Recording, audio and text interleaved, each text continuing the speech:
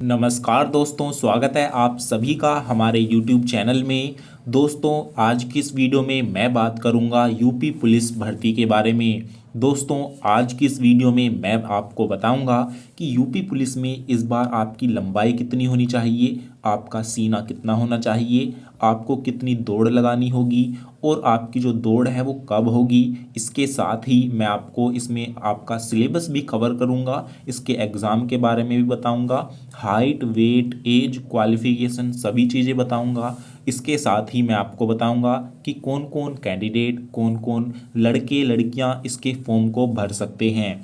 तो चलिए साथियों, अब मैं आपको लेकर चलता हूं डायरेक्ट सीधे पॉइंट पर।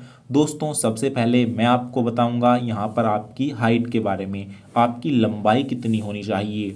तो सबसे पहले मैं बात करूंगा मेल की। जितने भी पुरुष हैं उनकी जो हाइट है वो कम से कम 168 सेंटीमीटर होनी चाहिए। अगर आपकी हाइट 168 सेंटीमीटर है तो ही आप यूपी पुलिस के फॉर्म को भर सकते हैं। और दोस्तों, यहाँ पर एसटी कैटेगरी को छूट दी गई है। यहाँ पर 8 सेंटीमीटर की छूट एसटी कैटेगरी के पुरुषों को दी गई है। उनको 160 सेंटीमीटर भी वो इसके फॉर्म को भर सकते हैं। दोस्तों, बात करेंगे हम महिलाओं की। तो महिलाओं की जो हाइट है वो 152 सेंटीमीटर कम से कम होनी चाहिए। और अगर आप एसटी कैटेगरी की महिला हैं तो आपकी हाइट कम से कम 147 सेंटीमीटर जरूर होनी चाहिए। तो साथियों, ये हो गया आपकी हाइट का, आपकी लंबाई का।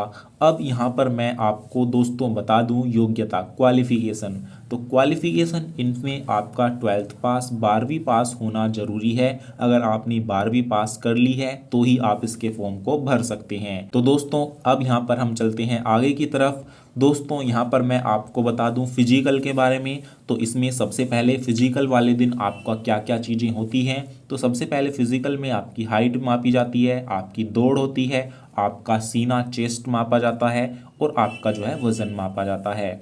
यही चीज़ें वहाँ पर होती हैं, इसके अलावा कुछ भी नहीं होता। तो हाइट मैंने आपको बता दी कितनी होनी चाहिए। अब मैं आपको बताता हूँ दौड़।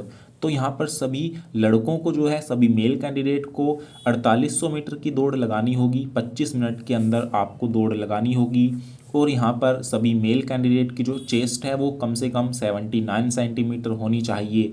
और फुलाने पर 5 सेंटीमीटर का फुलाव होना चाहिए, प्लस 5 सेंटीमीटर, यानी कि फुलाने पर 84 सेंटीमीटर फूलनी चाहिए। दोस्तों, ये हो गया यहाँ पर मेल कैंडिडेट का। बात करें फीमेल की, तो फीमेल को 2.4 किलोमीटर यानी कि 2400 मीटर की रनिंग लगानी होगी। 14 मिनट का टाइम आपको दिया जाएगा। और यहाँ पर फीमेल का चेस्ट मेज़रमेंट नहीं होता है। दोस्तों, बात करें यहाँ पर फीमेल का वेट कम से कम 40 किलो होना चाहिए। अगर आपका वेट 40 किलो है तो आप इसके फिजिकल में पास हो जाएंगे। 40 से कम नहीं होना चाहिए जितनी भी महिलाएं हैं। तो ये हो गया दोस्तों फिजिकल के बारे में। अब यहाँ पर हम चलते हैं नेक्स्ट। दोस्तों, नेक्स्ट है यहाँ पर एज लिमिट।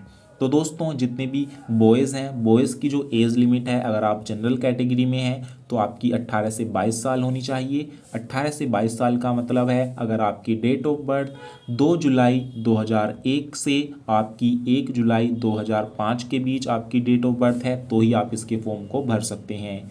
ध्यान रखना, 2 जुलाई 2001 से 1 जुलाई 2005 के बीच आपकी डेट ऑफ बर्थ होनी चाहिए।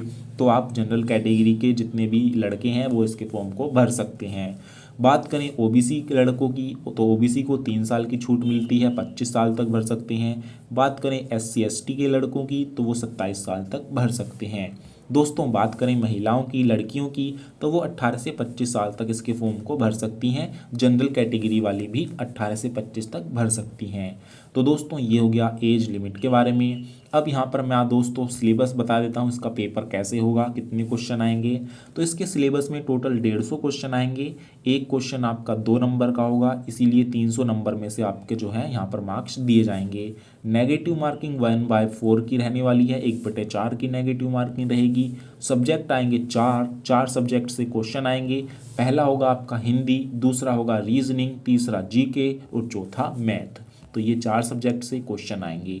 दोस्तों, आपका जो पेपर है वो फरवरी में होगा, इसीलिए आप तैयार हो जाइए अभी से ही। क्योंकि 27 दिसंबर से इसके ऑनलाइन फॉर्म भरे जाएंगे। और दोस्तों इसके लिए 16 जनवरी लास्ट डेट है, इसीलिए आप अच्छे से तैयार हो जाइए इसके सभी चीज़ों की तैयारी करने के लिए। तो दोस्तों इससे जुड़ी सभी जानकारी मैं आपको बिल्कुल सही समय पर प्रोवाइड करवाऊंगा, इसीलिए आप चैनल को सब्सक्राइब कर लेना।